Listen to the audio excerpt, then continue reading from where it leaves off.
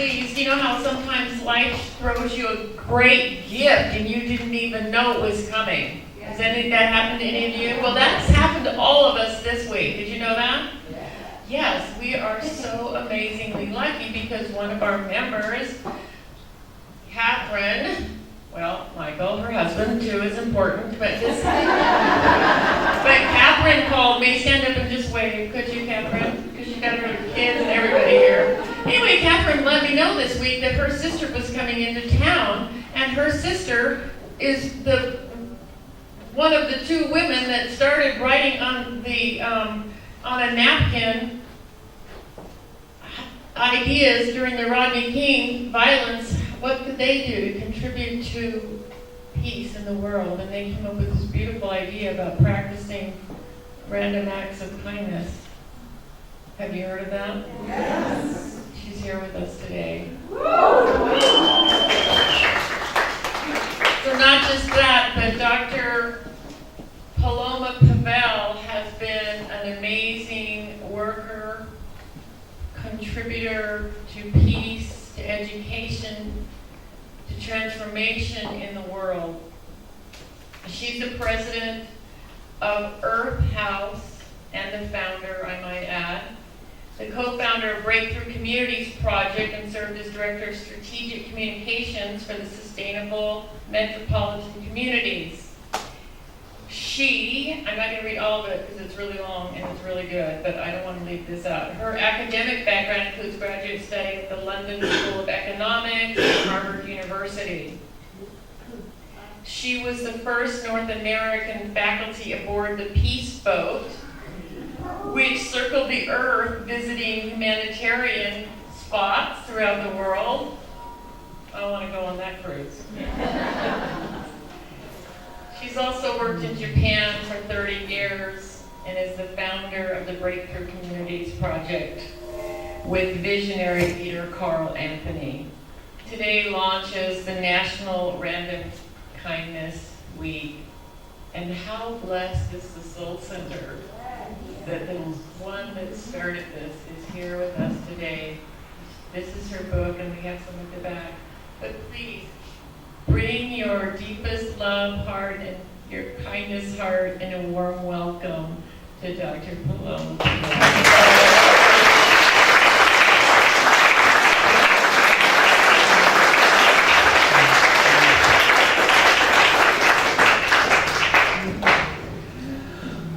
What a beautiful day, and what a beautiful place, and what an amazing moment in history and time that we're gathering right here at the Soul Center in Orange County. And I just want to begin by thanking Dr. Jeanette Freeman for this amazing miracle of this community, and all of you for coming and bringing your hearts and your minds and your souls together. And I want to honor also my sister, Catherine Schlesinger, and her husband, Michael. And I also want to call out my nephew and niece. We've got Colin here in the back, and Christiana here. All right. So, and we're really here reminding ourselves that we, inside the word kindness is the word kin. And so we are kind to those we feel kin with. And part of what we're learning and discovering through the interconnectedness with wisdom traditions and also the biology and science living systems around the world, that we are actually kin with all of life. So we have this opportunity as part of National Random Kindness Week and every day in the Soul Center to realize that we are kin with all life, and that this expanding of our circle of life is what our journey is here on this planet, and how we live in radically interconnected ways where we understand. So let's just take a minute to breathe, because this is one of our basic ways of being connected with all life.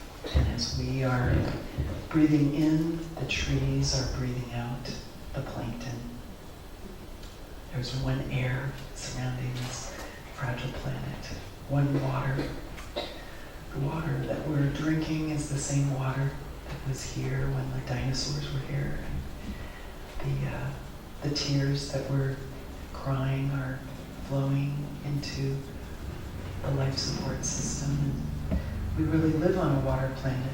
This beautiful ocean outside here, Newport Beach, is really 70% of our, what we call Earth. It's really a water planet. So we're flowing all the time, in and through each other's lives. And let's just take a minute to breathe in.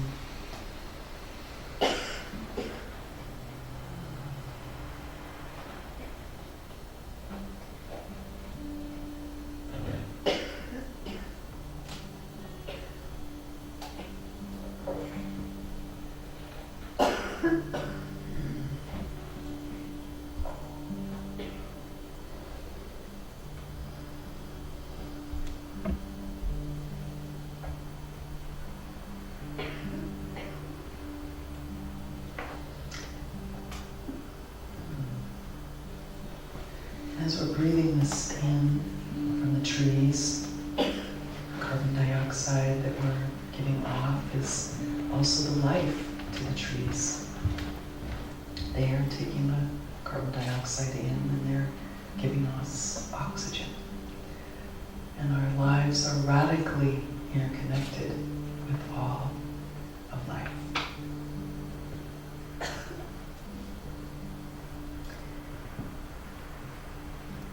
I'd like to share a little about sort of the interconnectedness of life and where this phrase came from.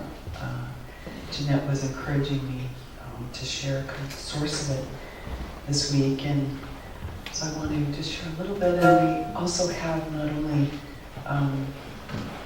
this phrase, but also this book has a foreword from Desmond Tutu from South Africa. So he's also bringing this message forward to us today.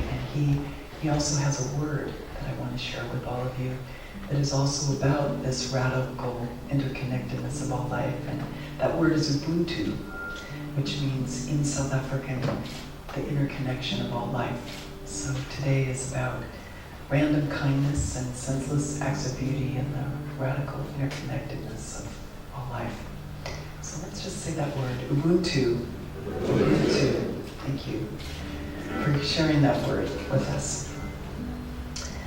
So, one of the things that I love about this random kindness work is it really keeps growing and it's like a seed. And when you plant a seed under the ground, the seed always grows towards the light.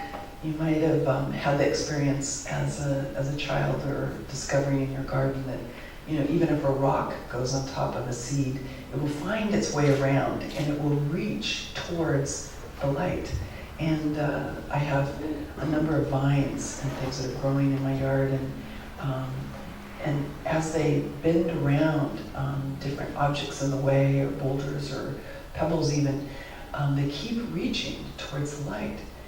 And so this sense of kindness is really about sort of what is inside of us and is always reaching out towards each other. And sometimes there are obstacles that get in the way, but what we're really about with kindness is not actually doing something different than who we are, but we're actually just allowing the sense of our interconnectedness to express itself.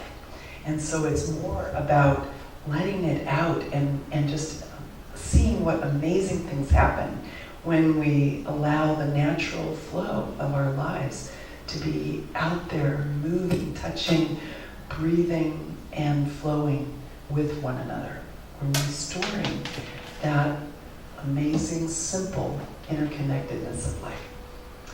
So I want to take you back to the moment where we discovered this phrase and what was working in our own hearts and minds when Anne Herbert and I, a little over 20 years ago, were working together in the Bay Area. And in my own roots, I grew up here in Southern California. I was born in Oceanside and during the Korean War, and my dad was a doctor attached to Camp Pendleton. And he had grown up in Idaho, and that was the place where I kind of first learned about the interconnection of life from my grandmother. She would take me out into her garden, and she didn't speak much English. She would kind of show me things, and she's been one of my great teachers about random kindness, because she would kind of go out in the garden and she'd show me how the garlic grew in a spiral. And then she'd show me how there's a spiral on the top of my head. And then she'd say, you know, the Milky Way is also a spiral. Kind of showing me how my life and the life here in this garden and also the cosmic life are all part of this great interconnected flow. So I want to honor my grandmother this morning, part of my roots in being here, and one of my early teachers about the interconnection of life. And more recently, I've been living in the Bay Area, and after studying, and I was a monk in silence for a year, and then built a retreat center on the coast of Maine, and have worked a lot in countries outside the United States. And so some of what really excites me about this work now with Random Kindness is that it really connects us across language, across all barriers, to our sense of being in one great family of life, that we are kin to one another.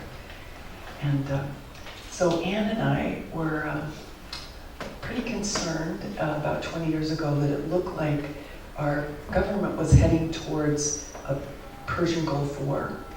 And we felt as two women, what can we do to stop sort of this violence that's about to happen? And we saw it coming, and we were quite worried, and we'd get active in our communities and try and kind of stop that going in that direction. And then the Rodney King incident happened, where we all, for one of the first times on video and on television, saw a kind of act of violence that was happening right in our own communities. And we're very close to that place where that happened here in Orange County. And that was also concerning us. And we thought, well, what can two women do? You know, two white women living in the Bay Area, concerned about racial violence and also concerned about international violence.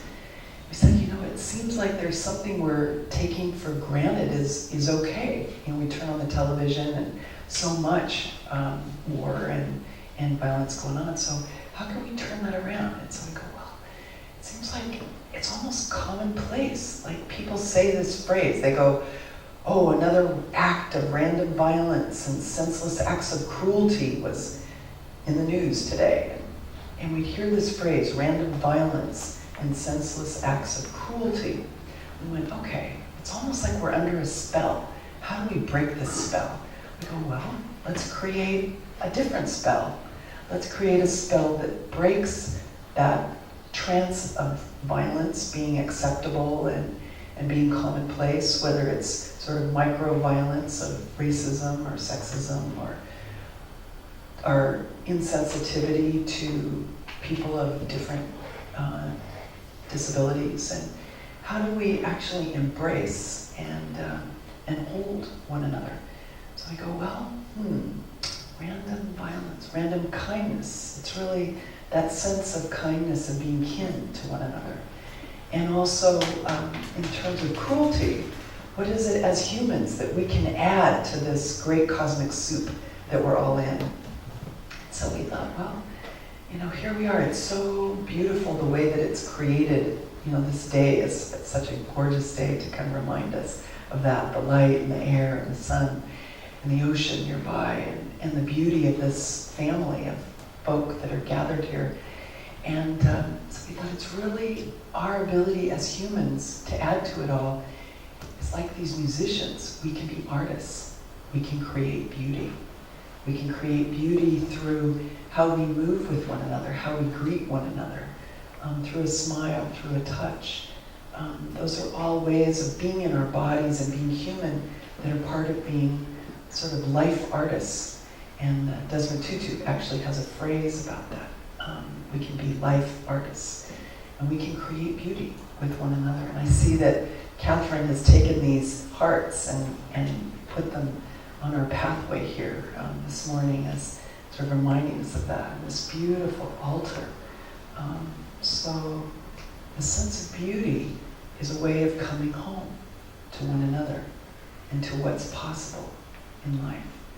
So I want to thank the musicians that are part of this day. I want to thank this beautiful altar, this place, this way of holding one another is a way of beauty that helps us find our way home. So that's another big part of the chemistry.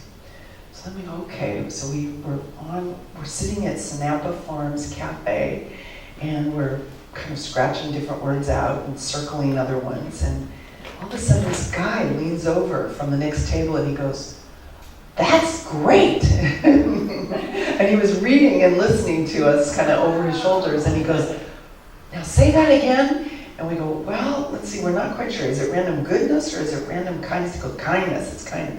Okay, so we sit there, and it was at that moment, two women sitting in a cafe, very ordinary. And I think that's part of what I'm really wanting to transmit here today, is that this is what we're doing to transform this world.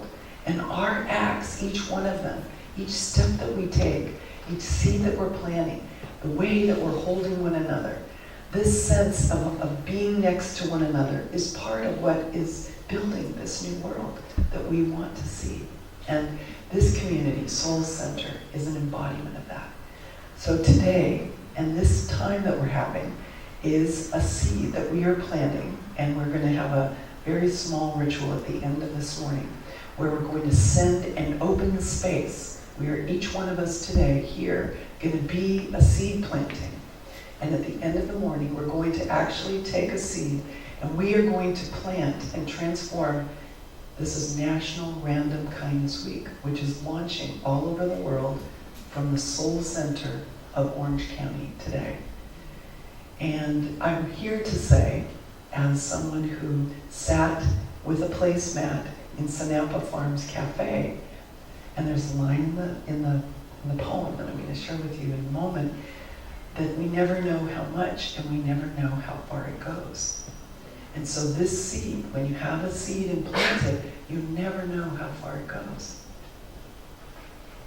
It can keep growing. And that generativity, that feeling of being interconnected with all life, is what we have the opportunity to do today and every day and in every moment. So I'd like to share the words of this with you. We took that phrase and we began saying, okay, if we wake up this day, we can transform the world this day. And we'd wake up, and Anne and I would go out down the street in Berkley, California, and we'd look for acts that we saw happening. We have quite a few homeless people in Berkeley, and we noticed, gosh, even these homeless people often are doing acts for one another. They're helping each other, they're sharing the food that they have, and we find coins on the ground and we put them into a parking meter, and we noticed that when we did that, it started to change us.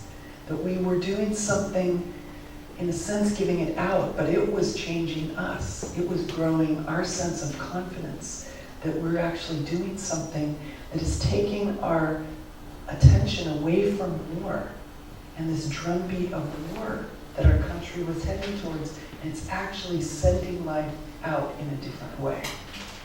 So that's what we started doing. And then we had a call from a newspaper writer, and she said, "We hear you're doing this thing where you get up in the day and you are actually doing these daily acts of kindness, and what's that all about? Where's that coming from?" And so Adair Lair interviewed us and wrote this article, and that was kind of wild because we didn't hear, how did anyone even know we were doing this? We don't even know how that happened.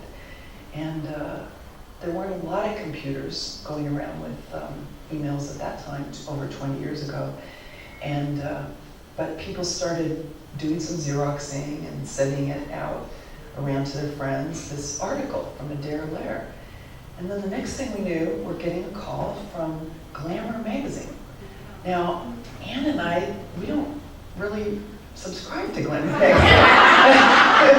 So we're not quite sure how that connection happened, but that's really what I'm kind of saying, is that you don't know what happens when you start planting a seed and when you start unleashing it. And so Glamour Magazine all of a sudden calls us and says, we want to reprint this article from the newspaper in San Francisco, from the Chronicle. We go, okay.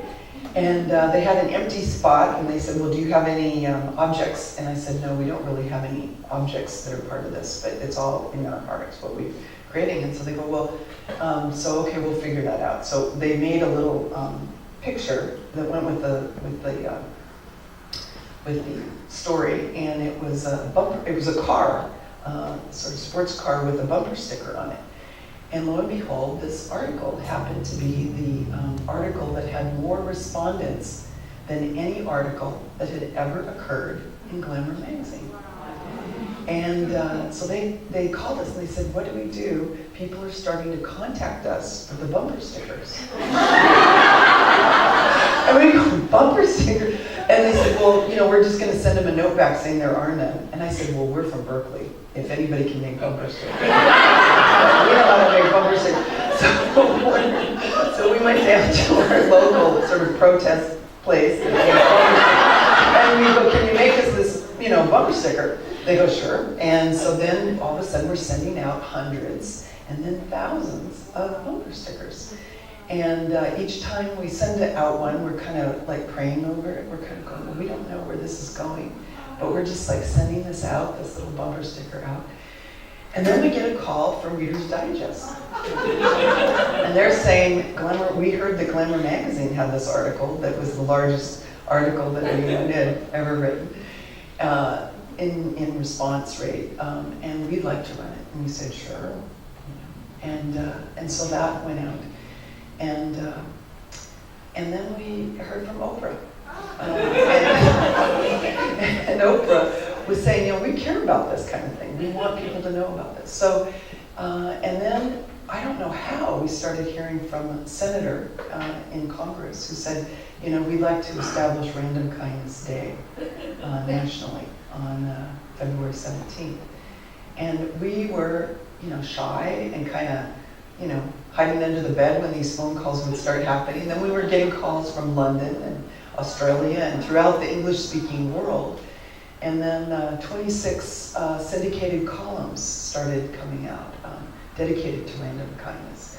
And we began hearing about spin-off books with slightly changing the word and all that. So it's been kind of a miracle. And I just want to say it's now 20 years later, and Anne and I wrote this phrase and wrote a poem that goes with it. Some people don't know that it's actually a book as well as a phrase, a bumper sticker. And so I wanted you to know about the roots of where it came from and a little bit about the journey, because each one of you is a part of creating your own story of random kindness with your life and with every day of your lives. So, shall we hear the phrase? Yeah, here we go. Our leaders got confused, so we're all leaders now.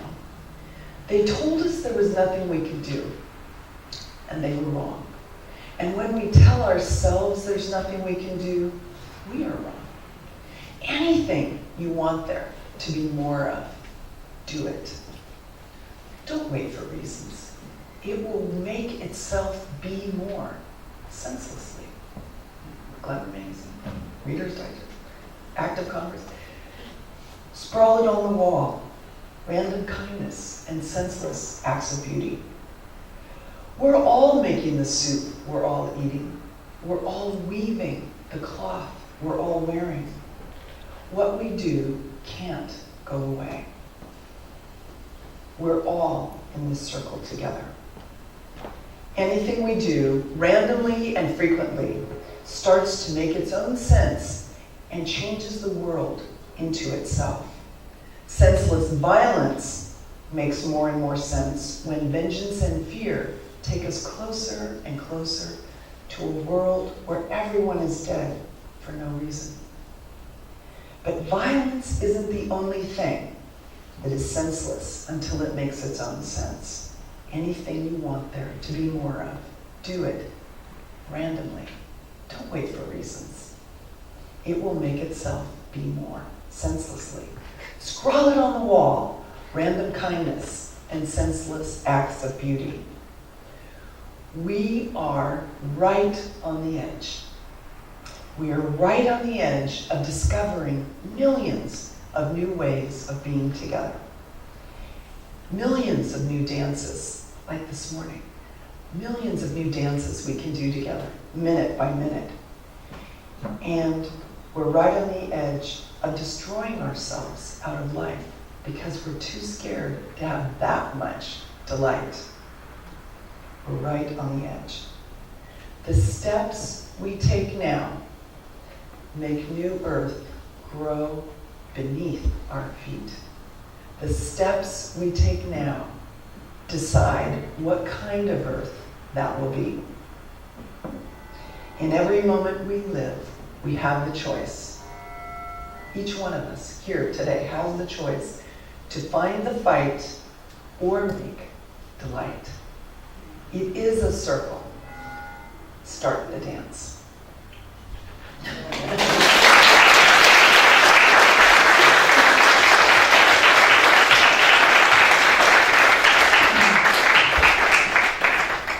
And I'd like to say just a small quote from Desmond Tutu to bring his presence here with us today as well, and to just say something about the images.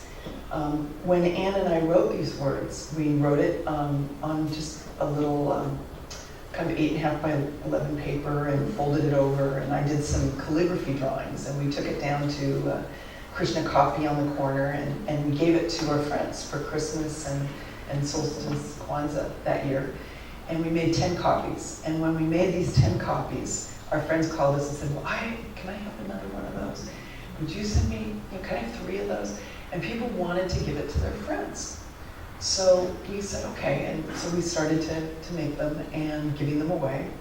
And then an artist who we had heard of in the Bay Area but didn't know very well, Mayumi Oda, who's a Japanese-American artist, saw that probably my calligraphy was, not so good at Japanese brushstroke. She goes, oh, I can do a better job than that. So she calls us and goes, I want to illustrate this. And I want to illustrate this in a very particular way. She said, there is a scroll that goes back to the 12th century in Japan.